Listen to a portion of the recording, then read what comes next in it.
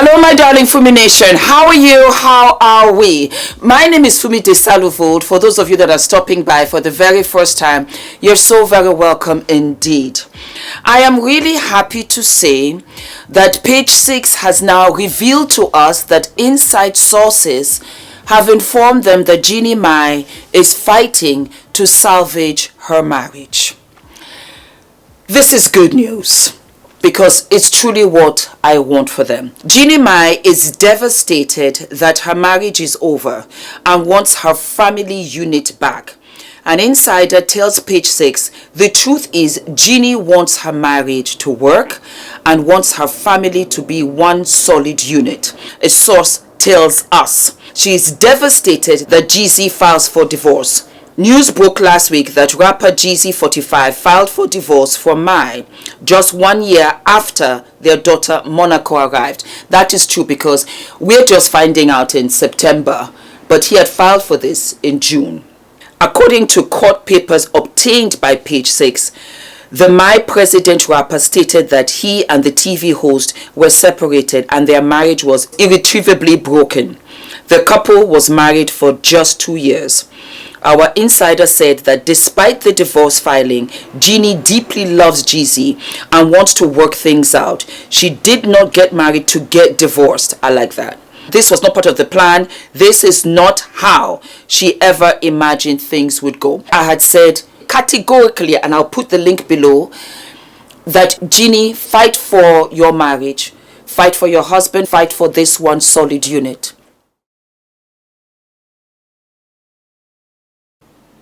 And I would fight for my marriage back. Jeannie, maybe that's something you gotta do. Maybe you gotta clean house. Maybe you have to clean house and get everybody out of your house and get off social media. If that's what it's going to take, fight for your marriage. Don't just be like, okay, A, B, and C. No. You call him and say, Jeezy, you know what? Wait a minute. Tell your lawyers to leave the room. Can everybody just leave the room for a minute? I just want to talk to Jeezy. Jeezy, I just want to talk to you. Strip everything off and say, Jeezy, listen. Give us a chance. Give us a chance. Give me a chance. Let's try. Let's stop this and let's try. Give it 6 months. Let's try. No shame in that. No shame in that. Sometimes you can turn things around. Fumi Nation, you guys are amazing. You have pointed it out to me constantly in the comments that Fumi, you are in a successful mixed marriage with a child, YouTuber that is covering this. I want to hear your take on it because you've been married 15 years. That is why I'm here doing yet another episode, because you are letting me know that this is what you want right now. I can see by the views. Me personally, and I'm talking to Jeannie right now, to Jeezy, I don't really care to cover this. I really don't. I want to see you guys happy regardless of what you decide. But because I have experience, I have the license to give you really solid advice that's the best for the two of you. But ultimately, you're adults and you will decide what you want to do for yourselves. And so that's why I'm here doing yet another episode. And like I said, I'm happy that she's trying to fight for her marriage. I pray that she gets what she wants. While you're fighting for your marriage, Jeannie, go into therapy. Go into therapy and handle your anger issues. You had stated that you had anger issues. I didn't notice that I had a hot temper until I got with Jeezy. And here's a person who is my equal and I really respect. And when I would spew some of my old habits, and he was like, like, who? That's not flying here. And also, it would trigger him to come back at me with things where I was like, who the f do you think you are? But I was triggering him. But he never told me to fix my temper. I just saw it and I thought, unless I want to stay in this place where I lose this person I love and I stay in my comfort zone of doing what I want to do and function the way I have for the last 40 years when nobody else had to stop me. Which obviously has done quite well for you. Right, I could have. But this was something greater that I wanted. And also a great challenge to myself to say, what if, now that I know it exists and the dragon's there, what if I got rid of that? How do I kill that dragon or store it in its place so that it never creates havoc? And that it was only Jeezy that had called you out on it. That's fine. I'm not concerned about that. What I'm concerned about is why. Why would you have anger issues if this is the happiest time of your life? If you are finally with your equal, as you say, you're finally with the man that you respect. You have this beautiful child, beautiful baby called Monaco, and so you have everything. Why would you still have anger issues? I tell you why. Because you have unresolved trauma. Fumi Nation, let me know in the comments that you had not spoken to your mother for years. What happened in those years? What happened with your mom? Perhaps you and your mom have to go to therapy. Because I tell you this, Jeannie, and this is from experience. You see, when you are healed all the way on the inside, nothing on the outside can touch you. You are free. That's what I found out for myself. I found my voice and I found my freedom. The freedom gave me the liberation to speak up for myself. To say when I didn't like something without screaming, shouting, using abusive language. Just saying, I don't like this. These are my boundaries. And you need to step back. I don't like this. Whether it was with Ula, whether it was with my family, whether it was with my friends, whether it was with my co-workers, I finally found. And some of you might say, Fumi, what was your trauma? I stammered. I was a horrible stammerer. And it gave me terrible insecurities. I thought I wasn't good enough. And I didn't deserve anything. And so because I stammered and I couldn't get my words out, I hit. And the words that came out had nothing to do with the situation at hand, because when I stammered, I would shut down. And so the person that had offended me, by the time I was screaming out, I wasn't screaming out necessarily at this particular situation. It was offenses that person had done to me for months. And I would just attack until I went to therapy. And he said, Fumi, you have to breathe. The irony, and I love it, that I can talk to you like this without stammering. I stammered. And when I am excited till this very day, when excited, not upset, I stammer. I can't get my words out. Even Ula understands me. He knows, she's excited, you know. And my hands flap. Because I can't get the word out. I'm 54. And it's still a daily basis for me. So you see, Jeannie, why your anger issues are present in the happiest time of your life. And I can say that for me. I've mentioned it on the show. My marriage has been the happiest time of my life. And the icing on the cake was Adrian. It's been the happiest time of my living life. I never knew I could be this happy. I didn't know this kind of happiness existed. So Jeannie, your anger comes from a trigger because you have not handled your issues. and you brought those issues into your marriage. You're not alone. Fumi Nation also let me know that Jeezy's mother pulled a gun at him. A gun. Because he didn't want to go to school. And that where he grew up, how he grew up, there were always so many people around him. These are the discussions I know you did not have. Jeezy put it in the book. You said it, Jeannie, that you now discovered and you understand him more.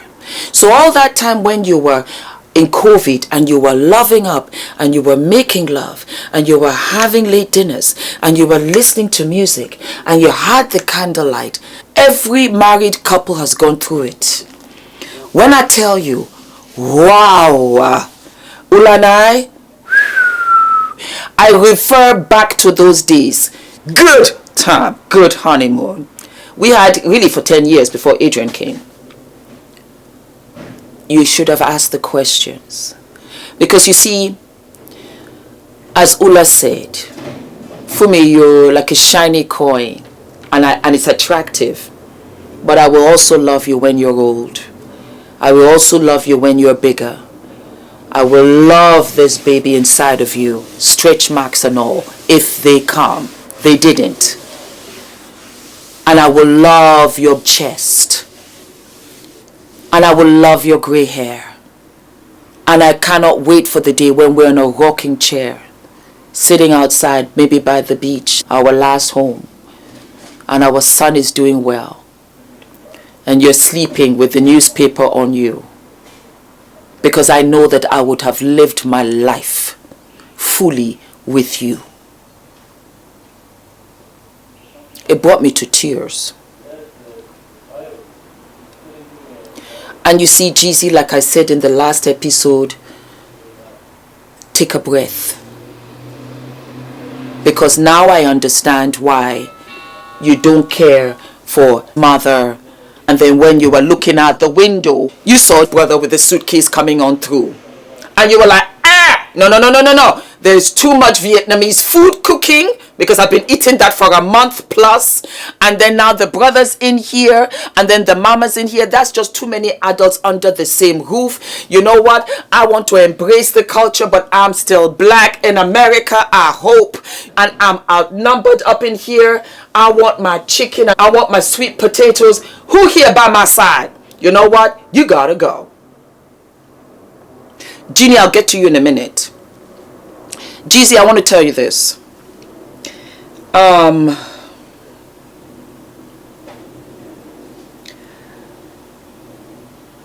was living in California when I met Ula. My husband's Norwegian and Scottish. He lived in Norway. He did not live in America. And I knew that I would have to make the decision to pack up and leave, of which I did. And my landlady, Susan, came to me. And she said, Fumi, you're going to leave? You're going to pack up from here and you're going to go to Norway? And I said, yes, I am. And she said, but Fumi, you don't know anybody there. And I said, I know. But I'll make an effort of it. And so I left. I did not have a single friend in Norway. I did not have any family. I didn't have any job. I sold my car, Jackie.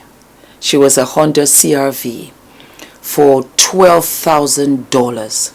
That was all the money I had. And when I got there, all I heard was Norwegian. All I ate was Norwegian food. I remember I was so frustrated because I was at a cash point and I had to ask somebody to withdraw the money from me because I couldn't read what the instructions. The traffic lights, the stores, the food, everything was in Norwegian. I said, Ula, put me in school. And they are fantastic because they'll put you at the level of your education. I'm a graduate holder. I studied business administration. And so I went back to school and I studied Norwegian. And I studied the Norwegian culture. Jeg snakker norsk og leser og skriver. Jeg snakker norsk. And I learned to speak the language. My father told me, he said, Fumi, when you speak to a man, he will listen to you. But when you speak his language, you speak to his heart. Ula was my husband. This was going to be my life. I had to learn the language.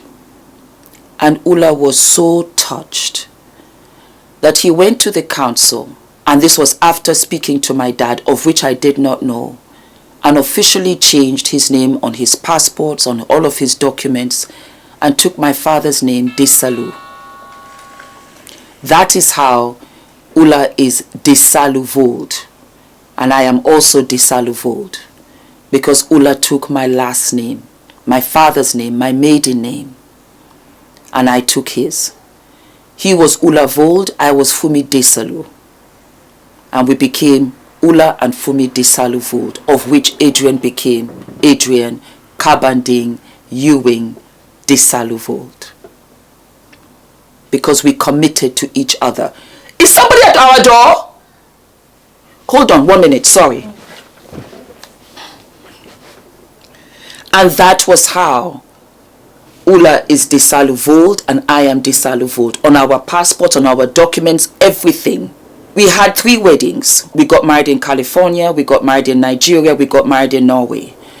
Ula insisted that the entire ceremony be in English. Traditionally, it is in Norwegian.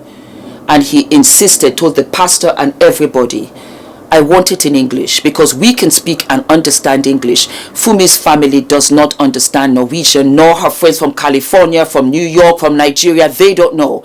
Put it in English. I want the wedding menu to be mixed. I want it to be Gambian. My mother is Gambian, Nigerian, Norwegian, Scottish. I bring this up because embrace the Vietnamese, because your child is half Vietnamese. It's just the way I embrace the Norwegian in Adrian, and I embrace my Norwegian people, and I embrace Norway because my husband is Norwegian. So I learn the language. I celebrate their Independence Day. I wear the national costume, and we make it a point to go every single year. Embrace it. You have to also go into therapy and get over that trauma of having too many people in the house. You have to get over that. You're celebrities. You're going to have nannies, of which I have, and I'm not a celebrity. You're going to have the gardener. You're going to have drivers. You're going to have people that are bringing in your dry cleaning. Being a celebrity, you can't really go out like that. And so you're going to have people in the house. I understand that you want to be able to relax and be undressed sometimes, watch your TV without your mother-in-law on the Vietnamese channel watching a soap or whatever. I get that. But you knew who Jeannie was before you married her, because Jeannie's mother was living with her when you met her. You should have asked those questions. You should have asked those questions. And just because it was traumatic for you when you were younger does not mean that it has to be traumatic for you as you're an adult, because these are different people. It's like falling off a bike. Because you fall off a bike does not mean that you cannot get back on. Get back on. Have those childhood traumas taken care of, because you brought it to the marriage. And that was why you said, it cannot work. We had Funky Daniva on TGIF Soul, who had an inside source let him know what really was the cause and the reason to the demise and breakdown of this marriage. Okay, so y'all know I had to call up to Atlanta. I mean, I'm gonna ask Funky, but I think a lot of times, and I might be wrong to say this, a lot of times people marry outside their race thinking that the woman's gonna be a little bit more submissive. You know what I mean? We headstrong Black women, we making our money and we kind of strong. So maybe he was thinking like she might be a little bit softer. But for what I hear about Jeannie Mae is that she's a strong-willed person as well. Funky, what is your thoughts on it? Baby, I ain't got no thoughts. I got the tea. Okay. Oh, what's the tea? I got the bitch. I got the tea. Okay, so y'all know I had to call. I had to call up to Atlanta, baby, and find out what all the hell was going on, because I know people who are in that circle. Y'all ready for the tea? Yes. Get to us, Lord. And it's nothing salacious. It is nothing salacious at all. And honestly, Heavenly, you're going to describe them all as things that they could work through. Number one, distance, not being in the same place often. So that was a factor from what I was told. The number two thing was she likes a social media relationship. He is a very private person. An example that was cited was that, he would want to have a couple friends over. Next thing you know is she's got 50 people over and a party planner. He didn't like all of that. And so it was just those types of things. The mama has been with them from the beginning of the marriage, and now the brother lives in the house. You see what I'm saying? So that's an issue too. Her brother. And then just other things like from what I was told, she likes to walk the daughter to school or whatever, and he's not for that, saying, if somebody recognizes you and I'm oftentimes not home, people are going to know where we live, so on and so forth. So they were all minuscule things that I guess are just combined together. Man, get out of here. I thought you were going to have some good tea. I told you. Somebody did something to somebody. But that's what makes it even more. That's what makes it even more heartbreaking, right? Because it kind of feels like those are things that can be worked through. Yeah, absolutely. It's like they still in the honeymoon stage. They just had a child too. So those reasonings that you gave appear to be only surface. Some in the milk ain't clean. Unless the honeymoon phase is over, then you realize I really don't like this person. I really don't like this person. And that could be. And I really do think there is. I found it so odd, Al, when you were giving your comments. You pointed out the big production of the relationship, and I was like, that was one of the things that I was told. He prefers to be private, and with her, everything is a production for social media, and he does not like that. From what I've been told. The reasons were, one, distance. Let's break it down. It's a matter of you decide, the two of you, that every 2 weeks, every 3 weeks, you have to get together. Somebody has to be stable now because you have a child. So she's going to grow up, she's going to go to nursery, she's going to go to school. So there's going to have to be a base, which means that you're going to have people taking care of Coco while two of you run around and do what you got to do via your jobs. Jeannie, you're in California a lot, that's where your work is. Jeezy, you are all over on tour, that's where your work is. You have to now decide that you cannot be too distant with each other. You cannot. Because when I got married to Ula in June, I did not move to Norway until October because I was finalizing my life in California. Ula came every month. He came every month, and that was still in the beginning. And we still do that till this very day. 2 weeks, 3 weeks, as you guys know. And we're trying to sort this out because we're almost ready for tour. I'm just waiting for the brand to launch so that I take that with me. We have to decide how many times I come back because Adrian goes to school here. So that was one, which can be figured out. Secondly, Jeezy is a private person. Jeannie is not. Jeezy, you knew that. You knew that when you were dating her. You knew that when you were kissing up on her, that this is how she makes a living. This is how she earns an income. Having said that, Jeannie, you have to pump the brakes and there have to be limits. It means that there are times when you have special moments, don't bring out the phone. Just don't do it. I don't. I have a healthy balance because Ula does not care for social media at all. It's the last place he wants to be. So you know what? I don't do it. Why? because the love and affection I have for my husband way overrides social media. It just means there are parts of me you're just not going to see. Will I do a documentary? Yes, I'll do. Bits and pieces which you guys will love. Are you living and loving the wig? The virgin hair fantasy. It's a bit wet here because my body is all greased up and oily, of which I love. This, my darling, is a beautiful dress. I live for it, hugging me in all of the right places. And this was in collaboration with H&M and Jeannie Versace. I bought this in Norway. Yeah, when I was there, because I was blogging at that time. I had my own little blog, and this was a gorgeous, yummy dress, cinches in at the waist, that I bought in collaboration with Versace. I live for it. And then I have these beautiful earrings. They're dupes. They're Bottega dupes. I think they go for £800, but these were 18 pounds on Amazon. I have the link down below for the hair and the earrings down below and in my Amazon storefront. So Jeannie, pay mind to that. Your mama and brother, Jeannie, live at the house.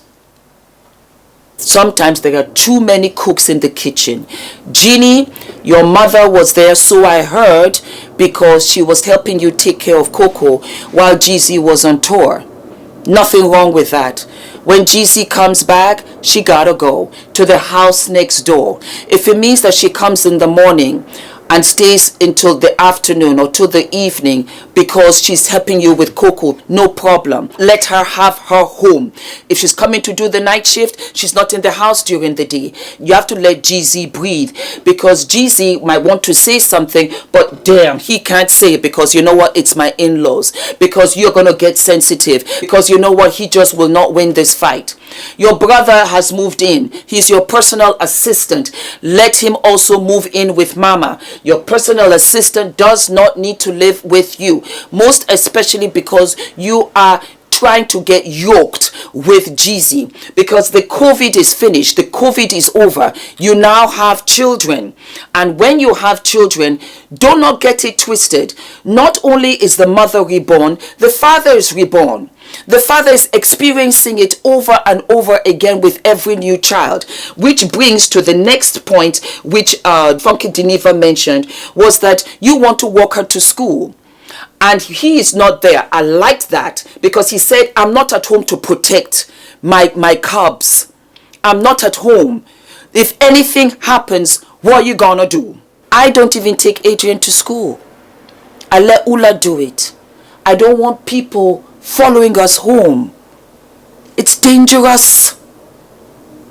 It's dangerous. Let me tell you what I got.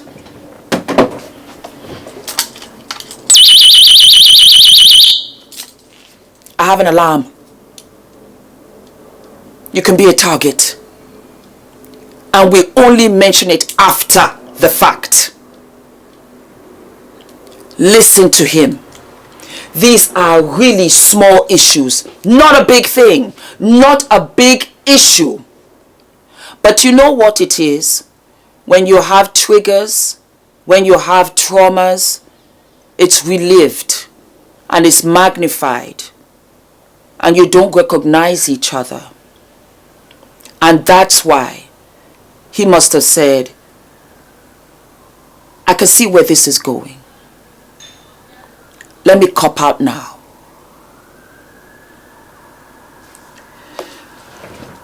He's a private person. He wants to have a few friends over at the house. He wants to do his own thing. I believe that because you can see it on his Instagram. I had to scroll all the way down to find a picture of you and Jeezy, and I think it was for Mother's Day. Because that's who he is. He doesn't want too many people around.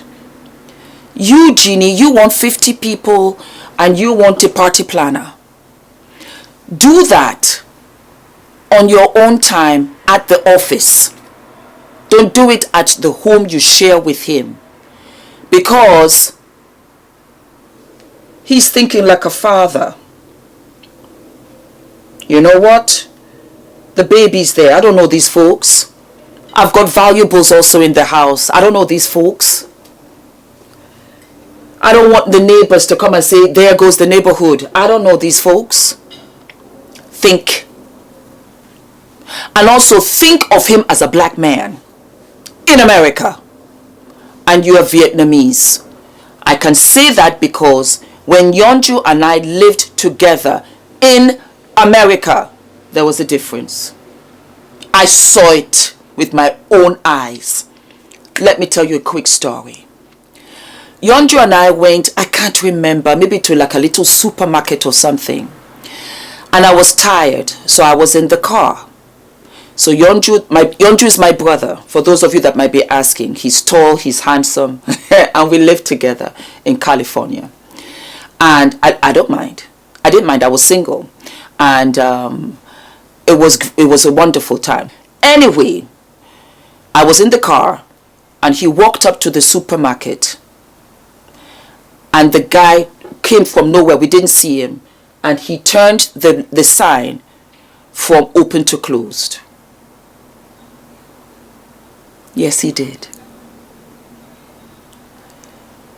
Yeonju got back into the car and we drove away. Not too far. I can't remember. I think we needed something for the house. I got out of the car and I went to the supermarket and I smiled. And the same guy went from closed to open. There have been many times when Yeonju and I were in the car, and I get motion sickness. I don't know, it's a thing. So I lie back. 90% of the time, you might not see me in the car. I cannot tell you how many times police stopped him. And then when they saw me, they were like, oh, okay. One, and secondly, that our accent was different.